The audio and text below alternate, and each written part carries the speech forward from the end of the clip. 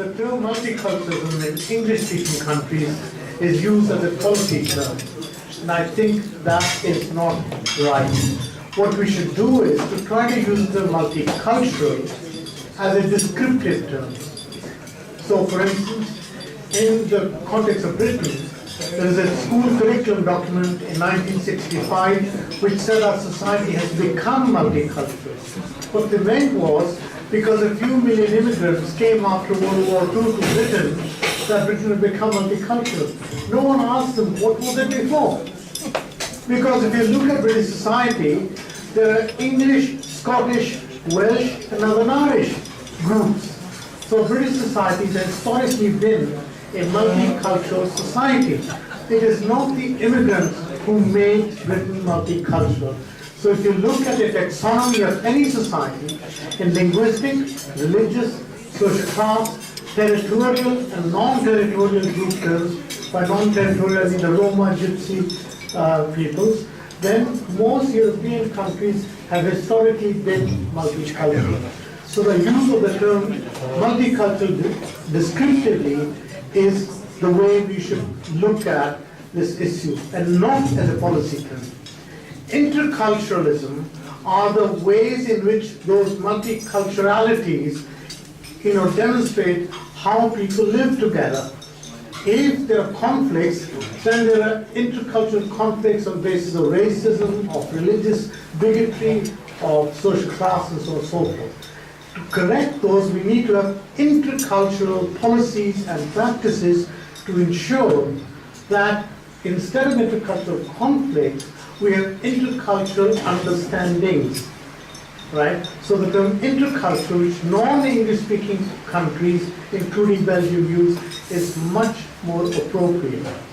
However, you heard some time ago that the British Prime Minister Cameron and Angela Merkel in Germany saying multiculturalism has failed. Now, Angela Merkel is not from the Federal Republic of Germany before Germany integrated. She is from the GDR, German Democratic Republic, which did nothing about immigration, partly because it didn't have any. But when, for instance, the Berlin Wall broke down, what was interesting was that East Germans are coming over to areas like Kreuzberg. And the Turkish shopkeepers, or the children of third generation so-called Gastarbeiters.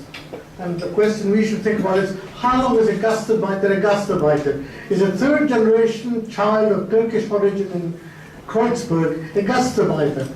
Now these Turkish shopkeepers invited the East Germans and said, come home, take anything you want from our shops, because the East Germans did not have anything. Now, who was an immigrant and who was a native? In this case, it is the Turkish Berliners who were the natives, not immigrants. So what we need to look at are the ways in which the terms have become so conflated, and not to use the stereotypical terms. So, for instance, the term ethnic is used very much. But when people revert to certain kind of siege communities because of racism, because of the ways in which there is religious bigotry, it is not an ethnic identity, it's a siege identity. People retreat into essentialist identities and adopt siege mentality. So I think what we need to adopt in this whole field are critical understandings of how to deal with issues and not treat diversity as some kind of a icing on the cake. It's a much more deeper thing, which entails correcting imbalances, inequalities in our societies, including in our own communities.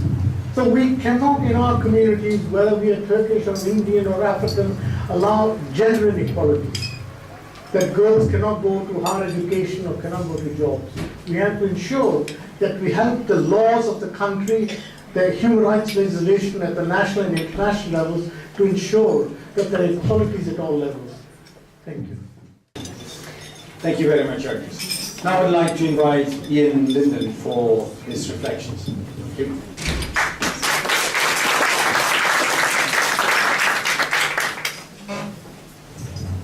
It was Albert Einstein that said it's always very difficult to explain the obvious. And certainly for me, the obvious this morning was the enormous richness of bringing together real activism and commitment with academic rigor and sophisticated methodology.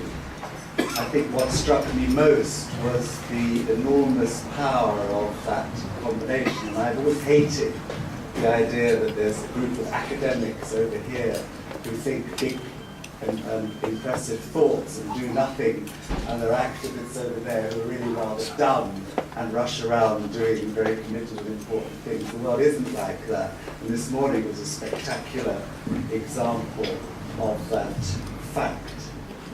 I suppose coming from the Tony Blair Faith Foundation, where I'm the policy director, what I'm going to say next will not come as a surprise, but the big R word, religion, was, I think, almost completely missing from the methodological work that was presented this morning.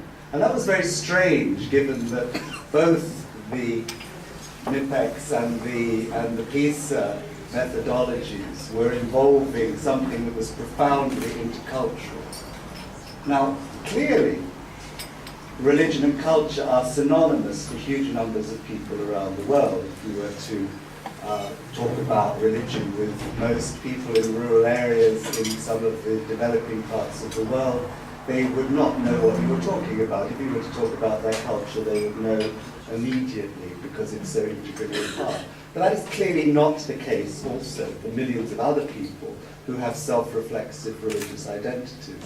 And I would have liked to have seen some expression of the right to religious freedom, religious identity, and religious expression in school as part of the measurement of whether or not those schools were being sort of serious about diversity. Because religious identity for huge numbers of young people is extremely important, and some measurement of religiosity or their capacity for their religiosity to be expressed in a classroom and a school setting is important.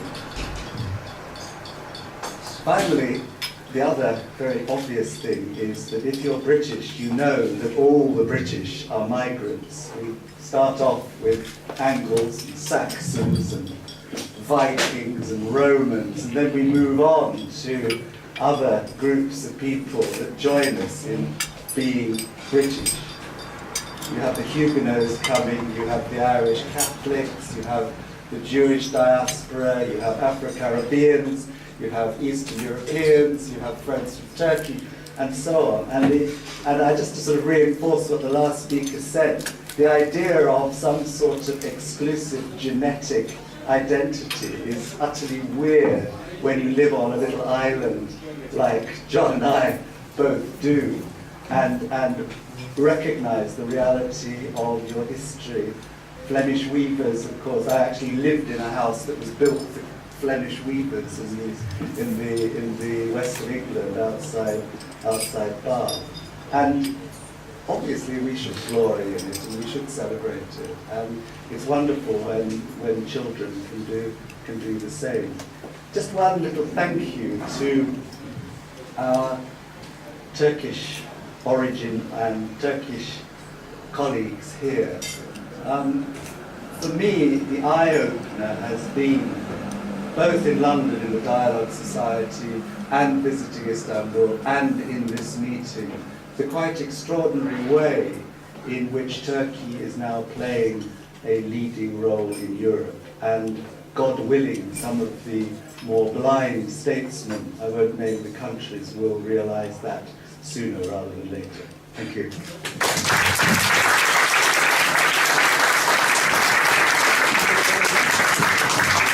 Thank you very much, Ian.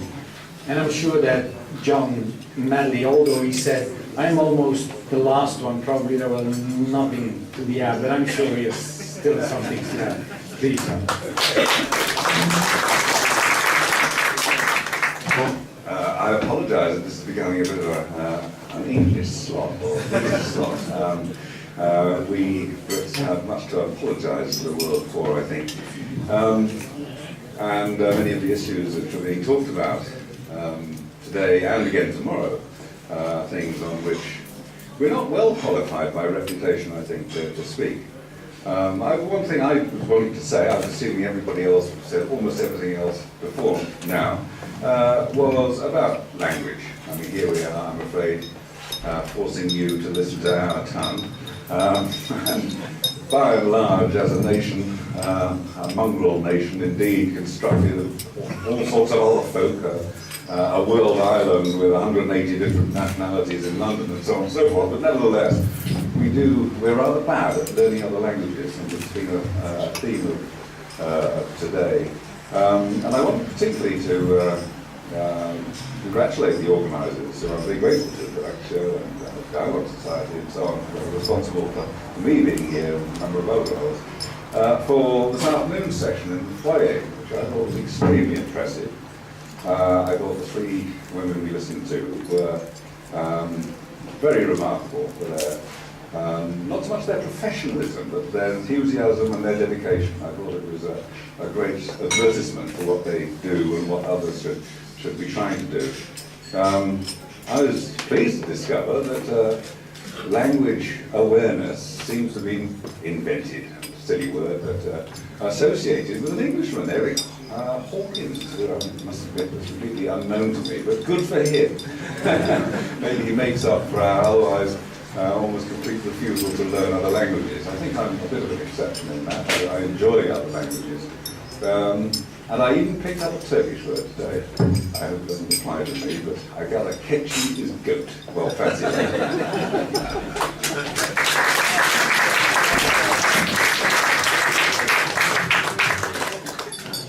Thank you very much, John. To give the impression that this slot was not only